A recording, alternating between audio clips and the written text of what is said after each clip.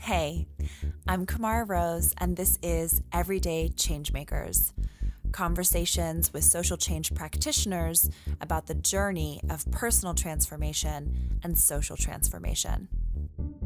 If our community organizers, the formal and informal ones, aren't doing the deep inner work and understanding how a system is manipulating that trauma, then we will only go so far. Then we'll only be stuck at like campaign to campaign and electoral cycle to electoral cycle, and we're never going to get to real transformation.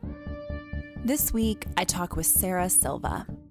Sarah is a lead coach for Faith in Action, which was formerly the PICO National Network, a community organizing network with local federations in 21 states.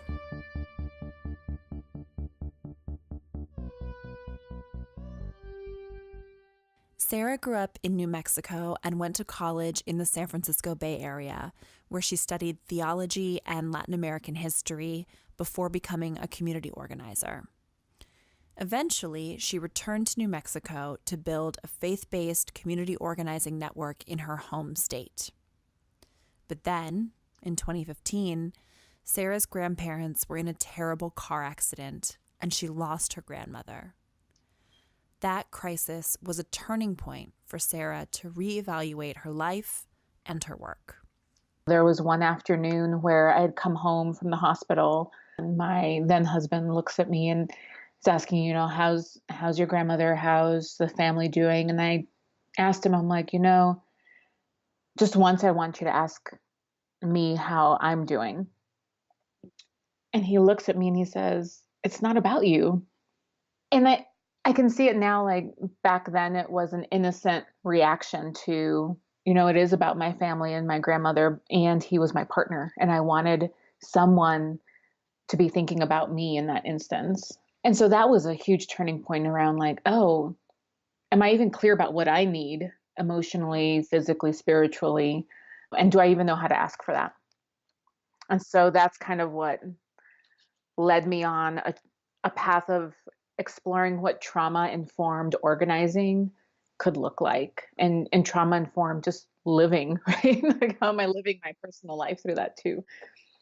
Sarah realized that she needed more emotional support, professionally and personally. I wasn't being seen fully as someone who was experiencing trauma, but who also experienced deep trauma as, growing up poor in rural New Mexico as a Latina, of an immigrant family. And I was taught early on that I was beating the odds and that my challenges were like a gift that I somehow found character and overcame.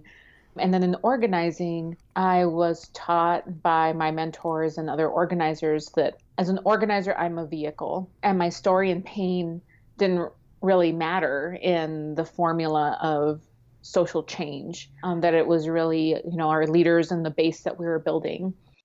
Sarah now focuses her professional work on supporting community organizing groups to be aware of trauma in order to avoid recreating and triggering trauma in leaders and staff. We talked about the journey that she's on to reclaim her own sense of wholeness and freedom, and the approach she brings to support organizers and community leaders to know themselves better, to strengthen relationships with each other, and to build transformative power together. I love the emphasis that you have on wholeness. It's such an important concept because so many people, myself included, have had stories of brokenness in whatever way that run our lives or influence us, or like you said, color our sense of what's possible. Can you talk a bit about how you discovered that for yourself, that wholeness? Yeah, I think I'm still in this process of discovery. My learning around systemic racism over the last decade in organizing and looking beyond just like the explicit racism, but also implicit bias and how racism is used strategically against communities of color. That plus individual personal trauma are such an effective team that like my own transformation of wholeness has to do with telling a system that I'm whole, but also walking in the world with that belief, even if I didn't quite believe it to begin with. And maybe this is like my internalized, like, woman of color, like fake it till you make it. But it's like, I'm going to just believe that I am whole because that's what the divine set out for me. How will I make decisions differently? How will I organize differently if I believe that everyone that walks through the door that wants to organize is already whole? For me, that changed what trauma meant, or what, and then I think it's still like changing what trauma means for me is the parts of us that have been hurt and injured. The more that I try to exile them, the more those parts become louder and want to like take over instead of like me leading with my whole self. And like I can see that in many organizers and activists that are significant and key to our movement. I can see when they're leading with the injured parts of themselves rather than a committee of the whole. And that, that works for a little while. And I know that I would not have made it. I would still not would be in organizing if I didn't understand this aspect that trauma isn't something to be exiled, but rather what's the wisdom, and then also what's the healing? How can I transform it so it's no longer doing me damage? Right. Well, and I think it's so interesting that you said the path of coming to wholeness is really just believing that you are whole. Were there specific tools or practices or steps that helped you to believe that? Yeah, it's a good question. I've been like meditating on that. I think the most powerful practice that supports my personal freedom, so this may be different for others, but I've seen it work with my colleagues and my peers and my own family. It's having an ongoing conversation with myself about what I need, because everything we do as humans, every action we do is to meet a need, whether it's the need to eat, to get rest, to be seen, to feel safe. Everything we do is to meet a need. And the worst question anyone could ask me, 3 or 4 years ago is, Sarah, what do you need? Because it would give me such anxiety. I'd be like, I don't know. I need to be left alone. I need to go for a walk. Like I always thought it needed to be something physical. Like, oh, I need like to drink some water. But it was always so hard for me to identify like, well, what do I need? And instead of diving into that and exploring what I needed, it just caused anxiety and fear that there was some right answer to this question that I needed to get right. And after, like, I quite literally just got a list of values and needs, and I carry it around with me still, so that when something happens and I get angry, it's like, oh, what's the violation? Can I name that? And then what do I need off of that? Oh, well, I need to feel like one of my values is to be free of constraints. And so when I feel constrained in work or in my private life, I can get really agitated. And so it's like, oh, I just need to feel like I have more room to move and make decisions that are just for me. So how do I get that? And I say that this is one of the most powerful practices because if I don't know myself at this level, then I, my family, my community are prone to abuse and being taken advantage of, or prone to being easily swayed. And so I want to be clear what I need before somebody else does. Right, Right? right. Mm-hmm. It's like that level of self inquiry is empowering. It creates a sense of, okay, X, Y, or Z has happened. And then what's the thing I can do if I really listen to myself that restores equilibrium or balance, Mhm. and just constantly checking that and calibrating that. Absolutely. I mean, it's the path for me, it's the path to wholeness. It's the path to alignment, like between me and my purpose and like what the divine has intended for me. And it's a constant course correction. And imagine if our families could operate that way without judgment. of just being able to say, this is what I need. And it doesn't mean that, whoever's listening to me has to be the one to provide it. Like, how many times a day do you get asked, what do you need? Like, it's not often. We don't practice that inquiry with one another enough where we know how to answer it for ourselves, or we know that it's okay that if we can't provide it once people respond. Yeah. Well, the thing also is that when you are clear about what you need, it actually is such a gift to others because, like you said, our culture and our society isn't really geared towards people asking for you, right? But Mhm. I've found that opening a conversation with people about like, oh, X is going on and here's what I'm experiencing and here's what I need to communicate is an opening or a gift for other people sometimes Absolutely. because that space doesn't exist. It's like stepping into that for yourself really creates the opportunity for the other person to also do that inquiry and say like, oh yeah, be able to Right. respond. And it's just so out of character in our culture. Right. And even in our organizing, like that's what we train our organizers and movements to do, is to be clear about what they need and then go and ask and demand it and organize around it to decision makers and policymakers. And it's so interesting that I like realized early in my organizing to ask leaders and people that we were building and, building base in communities and campaigns. Like, I learned early on, like, ask people what they need, like don't assume. But I couldn't even apply it to my own personal life. Well, yeah.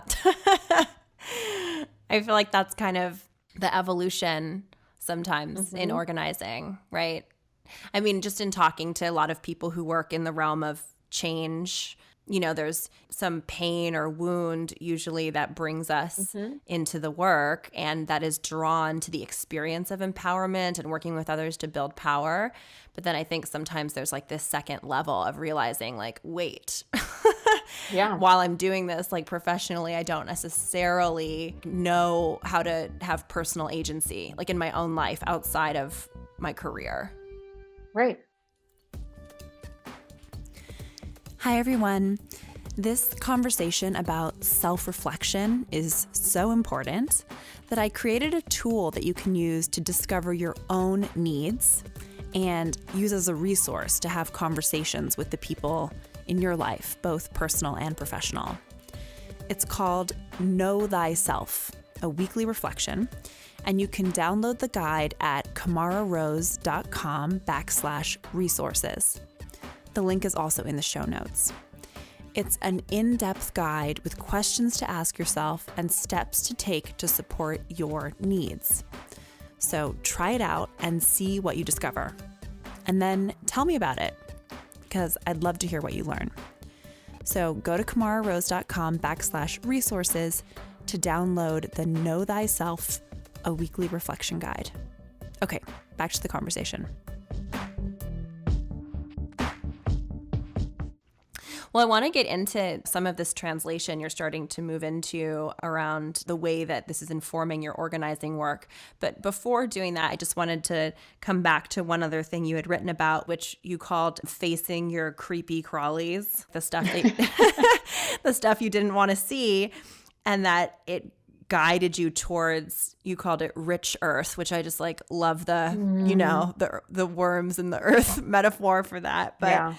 I guess I just wanted to create a space to just ask, what did you do to face those creepy crawlies and why was it beneficial? Why did it create that rich earth? Yeah, Kamara, I think what helped me do that is having people in my life that were willing to listen to me without judgment, not having judgment around a pain that I've experienced or a pain that I've caused. So, like, at one point in my life, like, I was just working way too much, and I was trying to raise my daughter with a partner that was not living at home full time because his job was taking him, out of state for a long time. And once he came back, I was like, great, peace out. Like I booked my calendar up and I spent as much time as I could with my daughter, but at the same time, I was like, I don't want to be in this home.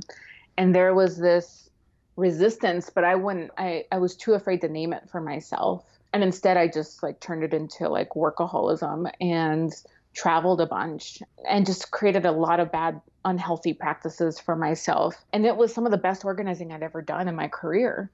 So, Mm-hmm. so on the outside, everyone was like, "Oh my gosh, Sarah has it together, and she's like kicking butt and doing amazing organizing, and has this family." And so, like on the outside, everything looked great, and then it's like I couldn't admit that it was being held by a wisp. And not until after my divorce was I able to name like that was a really bad time. And I wasn't the best person for my daughter. I wasn't the best person for my husband at the time. I wasn't even the best organizer or supervisor because I was running on just like fumes and anger. And my compassion and kindness for myself and others was pretty low. And once I was able to admit that and then say it out loud to people that I knew would love and support me no matter what, it was like, oh, I can trust people, and not everyone, but I can trust some people. Mm-hmm. But that was still new for me. And like trusting anyone with my vulnerabilities was a new practice for me. And I got a positive affirmation from it. And then I allowed myself to soften. And I think I have much softer parts of my heart now than I did several years ago. And I think that that makes me a better organizer. I can now see my organizing career well into my retirement, whereas 4 years ago, I was like, I don't know if I'm still going to be in this job. So, out of that, like the richness that I found was that I could heal much more quickly from, getting triggered. If someone says something like misogynistic or racist or anything like that, it would trigger me so badly that it's in some instances I would lose my peripheral vision and it would just blind me and then it would disorient me and then I wouldn't be effective in whatever it was I was doing at the time, and it would kind of discombobulate me for like 48 hours until I could finally let it go. And now it's like I can call out that stuff when it happens and it doesn't phase me anymore. Like that's the richness, is like it doesn't steal my wholeness now when it happens. And I'm much more powerful in naming it when it happens and interrupting racism, misogyny, or just like bad public policy when you hear it, right? So Mm-hmm. I think the other piece that is much more personal than professional, maybe it is professional, but I've learned this in my personal life, is I actually have more capacity to love after facing my own like screw ups. Mm-hmm. And when I can face them without judgment and without shame. Right. Hi, everyone. Just a quick preview on our guest next week, Reverend Micah Busey, a minister at Judson Memorial Church in New York City. I consider it my duty to get to know people who immediately turn me off. If their politics are turning me off, if their art is turning me off, if their demeanor is turning me off, I really do take a breath and maybe have a meditative moment, but I really do consider it my obligation to pursue a relationship with the person. Listen next week for his journey towards finding his version of spaghetti ministry, which is about encouraging experimentation and saying yes to community. Okay, back to the conversation. Coming back to your thinking about trauma-informed organizing, obviously trauma runs rampant in our society, both on the scale of the domestic and within families and communities, but also systemically, prisons and deportation and mass shooting. I mean, it's just on and on and on. So how do you think about healing trauma on a large scale? I think it's deeply interpersonal. So I think it happens one-on-one and in like small some call them like small, like Christian communities. It could be small faith-based communities, small spiritual-based communities, but, groups of 5 or 6 can have really powerful, significant impact when it comes to healing. If, the right characteristics and ingredients are in that group in terms of like listening deeply and hearing each other's stories, and then figuring out what's my responsibility once I've heard this story.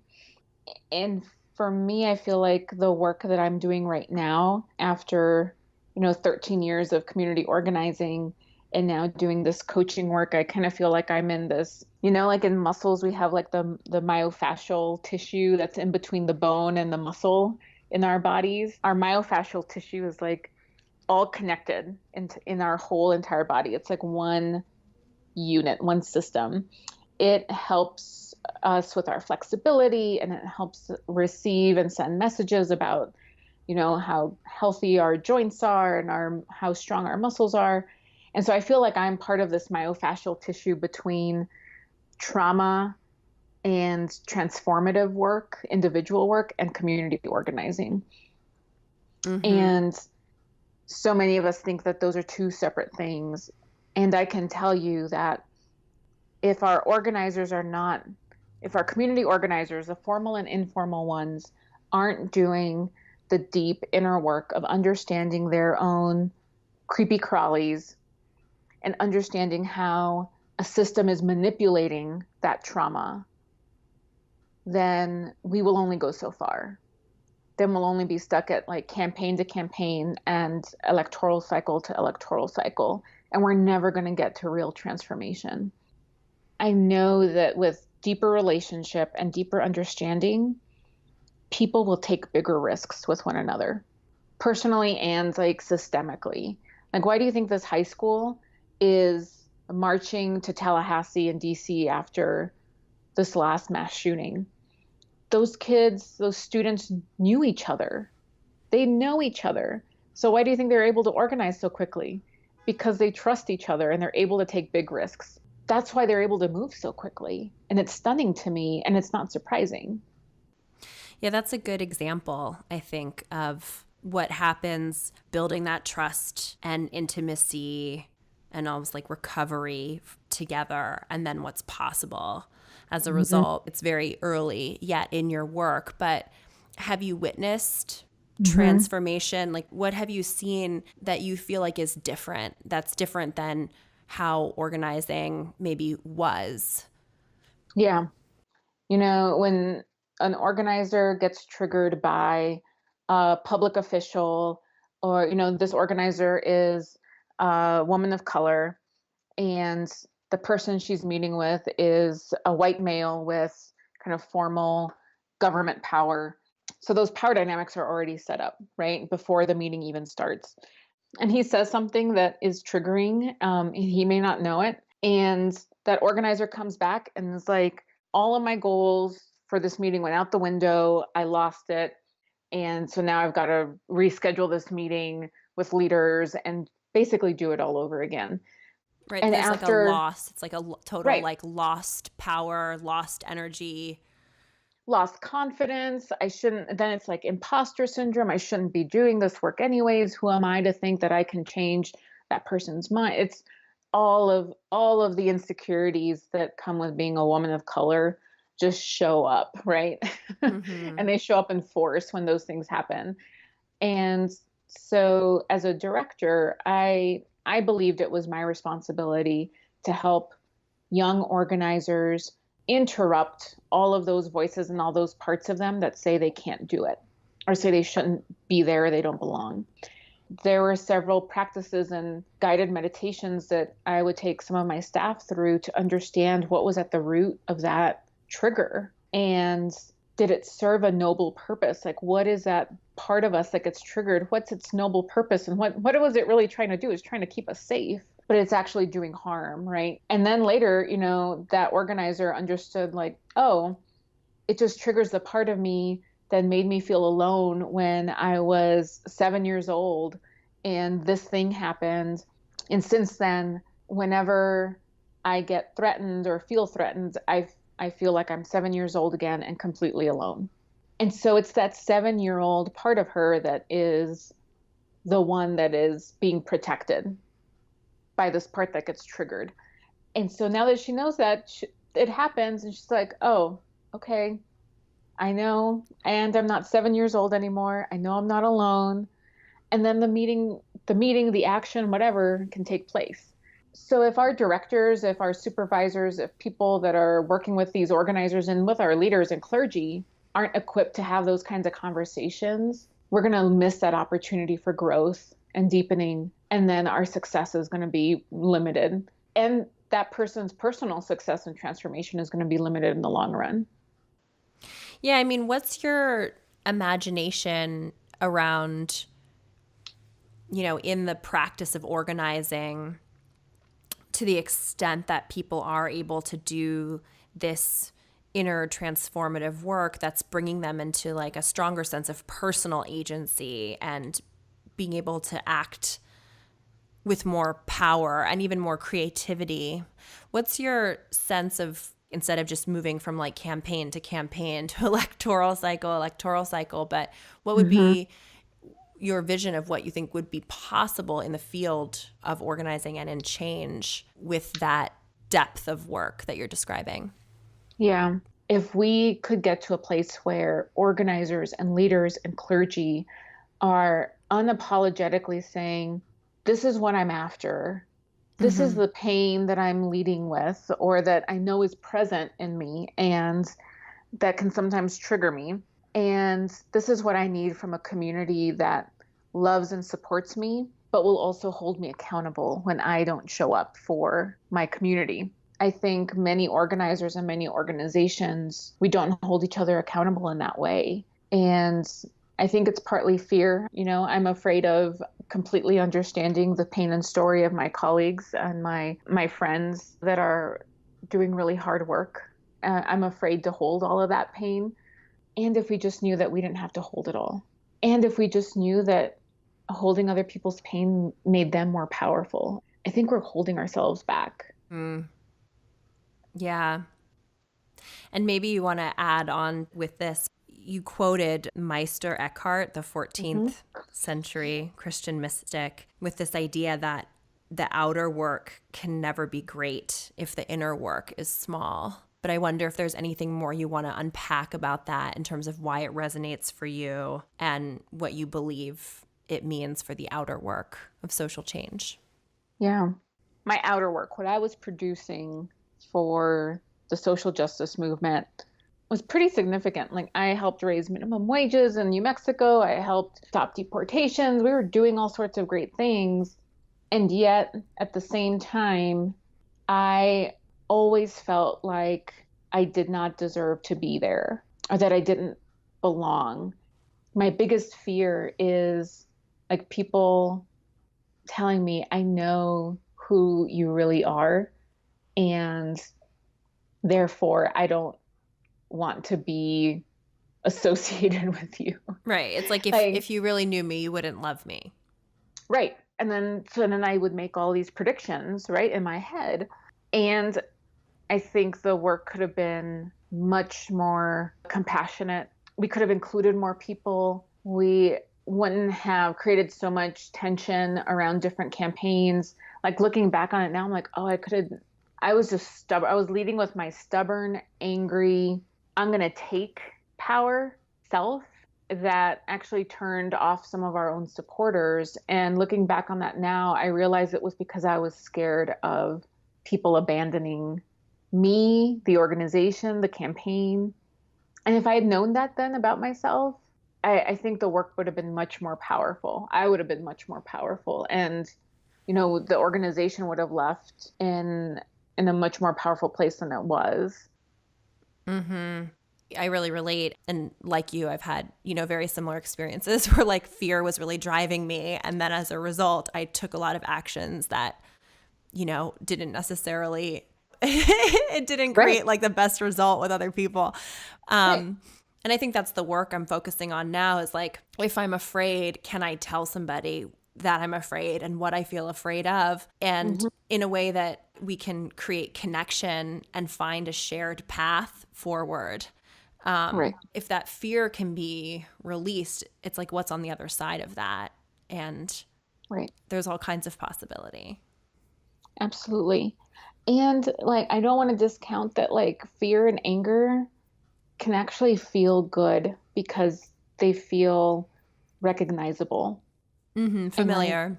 Yeah, it's familiar. I know what to do with it. I know what's going to happen before, during, and after I'm angry.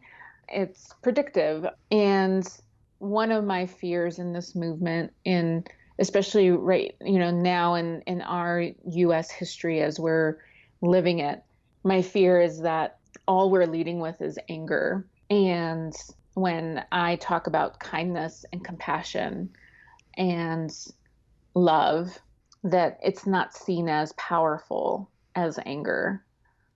Right. It's seen as And like hokey. right.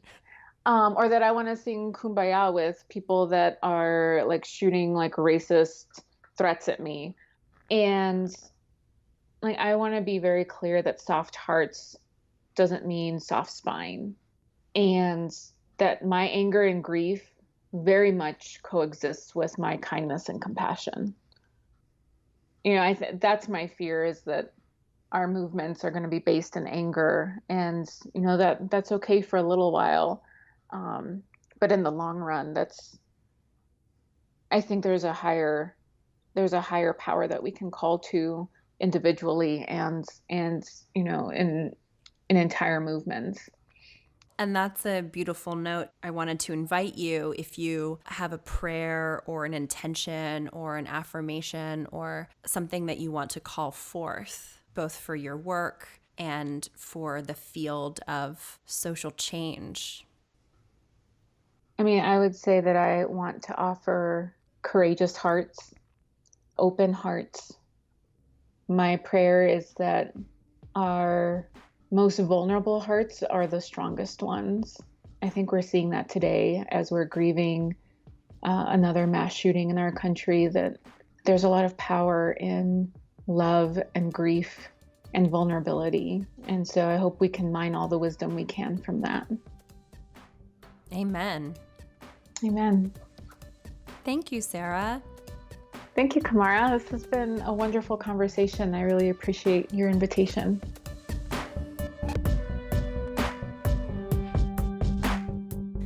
Thank you for listening. If you like what you heard, please subscribe, rate it in iTunes, and tell your friends, your family, your colleagues. It is important to get the word out.